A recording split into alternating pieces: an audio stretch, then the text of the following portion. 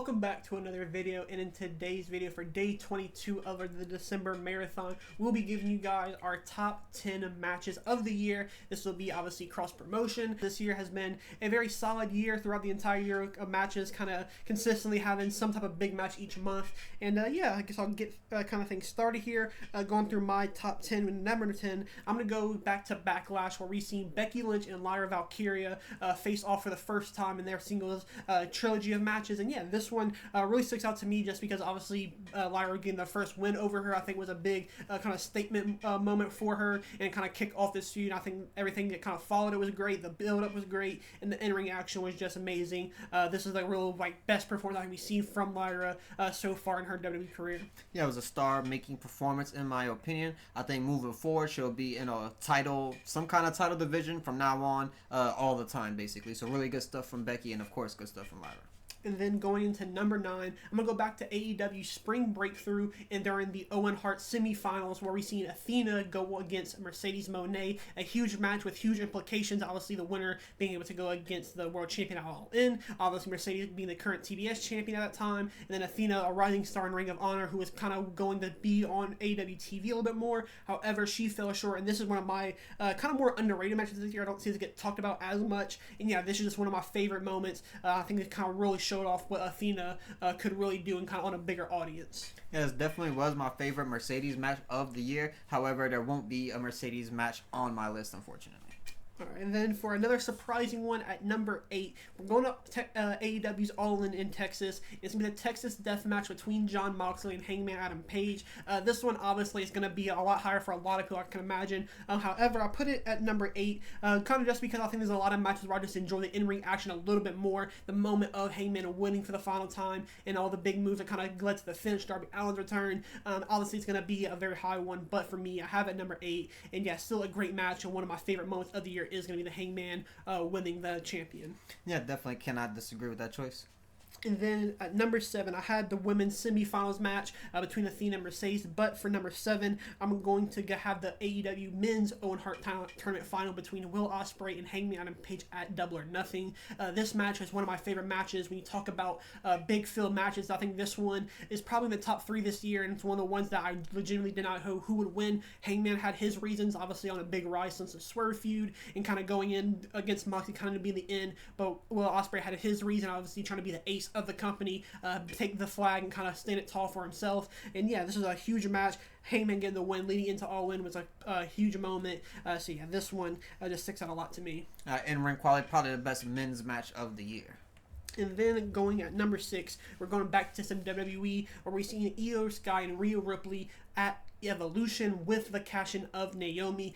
This match I think was just so good, and then the addition obviously of Naomi with the cash-in is a huge surprise. Definitely for the first time with cash-in didn't take away from the match and also added to the match. So yeah, huge moment. Naomi walking out on top I think was a nice touch, and something that I think I'm glad they decided to go that route instead of the Jade Cargill or Tiffany Stratton route for Naomi. Yeah, great kind of redemption story for Naomi to be someone who left the company, went to TNA, kind of proved herself, proved her worth even more there, and then when she came to WWE, became a tag team champion and a world champion. Unfortunately, got pregnant, had to relinquish it, but I think in 2026 she'll likely be back in that world title picture. And then for number 5 now, we're going back to the very start of the year where it was AEW and New Japan Wrestle Dynasty, where we've seen Gabe Kidd versus Kenny Omega in one of the best matches and Kenny Omega's return match back to wrestling in quite some time. And yeah, this one, obviously, if you watch this match, you know everything. It kind of unfolds, the amount of action, the amount of blood, the amount of intense moments you get from these two. Then you have Hiroshi Tanahashi on commentary crying after the end of the match, and it was a huge moment for Gabe Kidd. This is where I kind of really became a fan of and kind of seen that he can go with a lot of the top guys in across the world, really. And yeah, this was a huge match and one of my favorite matches of the year. Yeah, definitely a good way to kick the year off for AEW and New Japan. They were both able to kind of carry that momentum on, and New Japan had a lot of really good stuff happen this year leading into their G1, and same with AEW, of course. And then for number 4 now, we have 2 of my favorite and the best men's wrestlers this year, and that's going to be Hangman Adam Page versus Kyle Fletcher at All Out. Another one where the stakes were very high. Fletcher, somebody who was on the rise and was the TNT champion, potentially winning the world champion as well, would have made him obviously an undeniable star at that moment, but unfortunately Hangman decides not to get him over, and yeah, wins the match, and an awesome match, one of the best performances I think we've seen from Hangman this year, and Fletcher added to an amazing catalog of matches he's had throughout the entire year, and one of the best years we've seen for somebody so young. Yeah, definitely. And then at number 3 now, we're going to go back to WrestleMania 41 with the women's triple threat between Io Sky, Rhea Ripley, and Bianca Belair. Another one, again, Io Sky, somebody who's had one of the best years in women wrestling. Wish she had a little bit more. However, the matches we did get from her was some of the best quality of matches we've seen from her in quite some time. This triple threat, usually you see moments where it's kind of people one-on-one, and then another one-on-one, and then another one-on-one. But this one, you see a lot more action of all three kind of intertwined at one point. So yeah, it's a lot of just cool maneuvers from one to another, and yeah, one of the best put together triple threats probably in a long time. And I think for it to be the match that followed the men's triple threat of the main event of night one was a great touch to kind of say, hey, we were after y'all and we were better than y'all. Yeah, once again, the women proving that they do deserve those main event spots on all PLEs and WrestleManias in the future. And then for the top 2, we're going to stay at AEW's Revolution for both of these. And then the first one at number 2 is going to be Will Ospreay versus Kyle Fletcher in that steel cage match. I mean, there's so much to say from this one from the very start, where both men are looking at each other from across the top of the cage, an amazing visual shot. And then when they get into the ring, the action off between two of the best wrestlers, not only this year, but in just wrestling period, was obviously made out for an amazing moment. Fletcher really came able to prove himself throughout this match. And yeah, Ospreay, I believe, does get the win in this match, but Kyle Fletcher definitely comes out as a huge star from it. Yeah, definitely cannot disagree with that. One of the best matches of the year. One of the craziest moments of the year with that Spanish fly off the cage. And just the kind of intensity throughout the match in general was just crazy with the attacks that they used, the chairs. Everything that they did was like one of those hard-hitting things, because the story of the match was Kyle Fletcher trying to go for Will Ospreay's spot and kind of take him out, which is pretty much what he did, being that Will Ospreay is gone at this moment. He became a TNT champion after this. And then for my number 1 spot, like I said, we're staying at AEW Revolution, and it's going to be the Hollywood ending between Toni Storm and Mariah May. When you talk about amazing storytelling and you talk about amazing matches, this hits both criteria amazingly.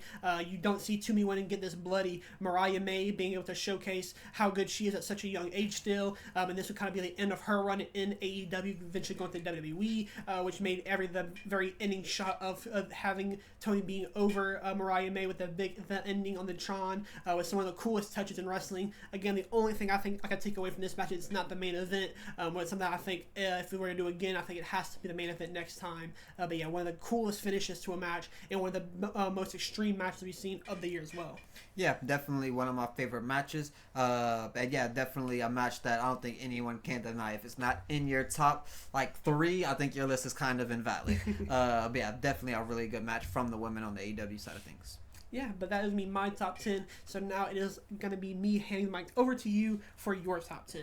And my top 10, we're going to kick it off at number 10, of course, and that is going to be All In Moxley versus Hangman Adam Page, where Hangman gets the big win, gets the gold. And yeah, you were higher on it than me, of course. I think, towards the start of the year, I was very down on the Death Riders. I was kind of like, all right, let's finish this up. Let's wrap this up. Let's get Darby back in the picture. Let's start doing something here. But then towards, once we got closer to All In, he definitely made me love him even more. And Moxley kind of showed everyone why he needs to be part of AEW television, because he is kind of like one of those pieces that you miss every single time that he's gone. Yeah, like I said, this match is one that kind of has to be somewhere in your top 10. I'm glad it did make yours. But yeah, this match, obviously, with the moment of Hangman winning, is going to be the take-home point. And at number 9, we're going to WrestleMania 41, where we have Seth Rollins versus CM Punk versus Roman Reigns in the triple threat match, where we see Paul Heyman betray CM Punk to side with Seth Rollins. And then the Monday after, we would see the Vision officially start, and they would start adding members, and they're still adding members to this day. So really good stuff. A really cool moment was introduced to this match. The match itself was good in ring quality. The story going into it was really good. So I feel like everything surrounding this match was very good. The only thing that was down about it was the night of WrestleMania. It was just kind of bad in general. Yeah, I think another thing as well would be Paul Heyman turning on CM Punk first to side with Roman Reigns, and then to turn on Roman Reigns as well into Seth Rollins. I think was a cool touch. You felt like you knew what was going to happen once he did that turn for Roman, but when he turned for Seth as well, it kind of really shook everything up, and I think it's been a great decision ever since. And we're going to WrestlePalooza with my number 8 pick, and that's going to be Stephanie Vaquer versus Io Sky. One of the most anticipated matches. We've seen them kind of tease this match 2 or 3 times on Raws and SmackDowns, where we've seen kind of DQ finishes finishes or whatever happens where we don't get the finish of the match. So everyone was very much anticipating this, and people are like, okay, we're finally getting the big match. No one's going to come interfere and kind of mess this up for us. This is going to be a straight one-on-one crazy one, and that's pretty much what they gave us. I will say they probably didn't meet the expectation that I had on. I was kind of expecting best match of the year, top 1, 2, 3 match of the year. We didn't necessarily get that, but it was nonetheless a very good match. And for Stephanie Verker to come from NXT so quickly to become a world champion that quickly as well is something amazing, and you don't see too much of in the WWE. Yeah, I mean, this is one of the ones that I wanted to put on my list. However, I couldn't manage to squeak it in just yet. But yeah, another match to add to Io's amazing year. And we're going to number 7 with the Evolution match with Rhea Ripley versus Io Sky, where we also seen the Naomi cash-in. You obviously had it on your list as well, so we kind of talked about it already. But yeah, this was an amazing match, a good story going into it, good story going out of it. Unfortunate stuff happened with Naomi, of course, but I think that everything kind of worked out for the best because Io Sky is a massive star right now. Rio is one of the better tag teams in the WWE at the moment, and Rhea Ripley is always going to be Rhea Ripley at the end of the day. Yeah, again, another amazing performance from Io Sky and Rhea Ripley as well. As long as a Naomi cash-in, again, I said, one of the biggest surprise, I think, of the year. And the number 6 spot goes to the TLC 6-way tag team match at the SmackDown after WrestleMania. And this was just one of the best tag team matches of the year, really. My favorite spot of this match is probably going to be where they kind of recreated the Hardys, Dudleys, and Edge and Christian spot where we seen, I believe it was Angelo Dawkins did a big spear to, I don't remember who it was that was hanging from the tag team titles, but he was hanging from the titles, and Angelo Dawkins does the big spear off the ladder going through a table, I believe. So really cool stuff from them. They all kind of put their bodies on the line. It was a very crazy match to have on a SmackDown, especially because it was like, yeah, just you don't see too many good matches on SmackDown. So when we got this absolute banger match of the year contender on a random SmackDown, when they could have just did it on WrestleMania, is kind of a surprising way to do it. An amazing match they did give us. Yeah, I mean, I said it for the Athena and Mercedes Moné match on my list. But yeah, when it sucks that these huge, amazing matches aren't on the PLEs and stuff like that because it gets forgotten about so easily. And this is a case of that as well, where I think this match could easily be on pretty much everybody's top 10. And I wouldn't be surprised, however, I think a lot of people kind of let it slip from their mind as well.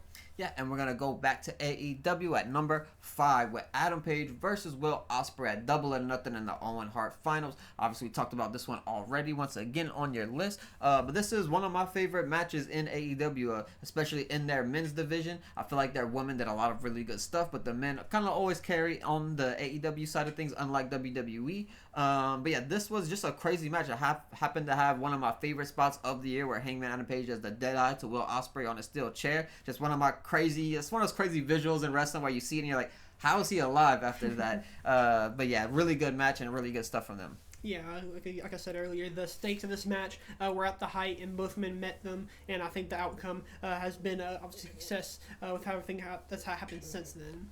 And then at number 4, I think this is one of the most underrated matches of the year that people don't really talk about. Maybe they forgot, whatever the case may be. But it was Cody Rhodes versus Kevin Owens at the Royal Rumble. They had a ladder match. And this was a moment where they had the Wing Eagle belt as well. And they were kind of walking around with that. And they had both belts hanging from the top. We seen the big Alabama slam from Cody Rhodes onto Kevin Owens through a ladder. We also seen a brain buster off the top rope to Cody Rhodes on a ladder where his body just kind of bounces off the ladder. And it goes crazy, just kind of bouncing all over the place in the ring after that. The power bomb onto a ladder as well. This was a crazy, intense match where we seen just the most brutal things happen. The ending shot of Cody Rhodes kind of standing over Kevin Owens while he's balled up in a ball, full of pain, while Sami Zayn is kind of tending to his friend, and he's just standing there, almost a heelish kind of look to him. This was one of my favorite matches of the year, and I think it's very much underrated.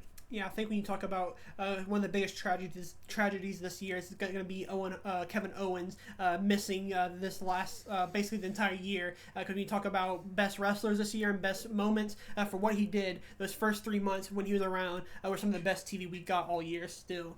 Yeah, and we're going into my top 3, and we basically have the same top 3, just a different order. But my number 3 is going to be Ospreay versus Kyle Fletcher at the Steel Cage at Revolution. Like we mentioned before, one of the craziest matches that we've seen, the craziest spot that we've seen with that Spanish fly off the cage. As you mentioned, the visual of them kind of going face to face in the corners of the cage to start the match. Obviously, this match was gonna be good no matter what, no matter how much time you gave them, no matter where it was, no matter what stipulation you had. This match was always gonna be as good as it was. Yeah, again, one of the best performances we've seen from both men, and one I think will always be remembered as one of the best steel cage matches of all time. And the top two matches are both going to be from women's division in WWE and AEW. And the number 2 spot on my list is going to be Io Sky, Bianca Belair, and Rhea Ripley at WrestleMania 41. The synonymous triple threat match where all 3 women kind of put on the best of their performances that we've pretty much seen ever, damn near. Io Sky, obviously, she had a really good WrestleMania 40 with Bayley, where she showed a lot of good storytelling side leading into that WrestleMania, whereas this one didn't really have any storytelling. Then they kind of just expected them to be like, hey, go out there and just put on a banger for us and let everyone walk away happy. And that's exactly what they gave us. Yeah, this is another one of those things I forgot to mention on my list. But this is another one where there's like huge implications on huge stakes during this match where you didn't know who was going to win. Everybody had their own right to be the winner of this match. And unfortunately, Bianca was the one that kind of failed to be the heel of the match for some reason. When in reality, she's still one of the best. And yeah, I think any way you would have won this match for the winner, it still would have been one of the best matches of the year. Yeah, Io walking in and walking out as champion is definitely quite surprising. I think most people probably expected Rhea Ripley to win at WrestleMania. But to the number 1 match, we both have the same one. It is going to be the Hollywood ending at Revolution. Mariah May and Toni Storm put on a clinic, put on one of the best matches that we've seen, one of the best hardcore matches, one of the best in-ring matches, one of the greatest storytelling matches. Everything about this, it checks all the boxes off. Mariah May, obviously now Blake Monroe in NXT.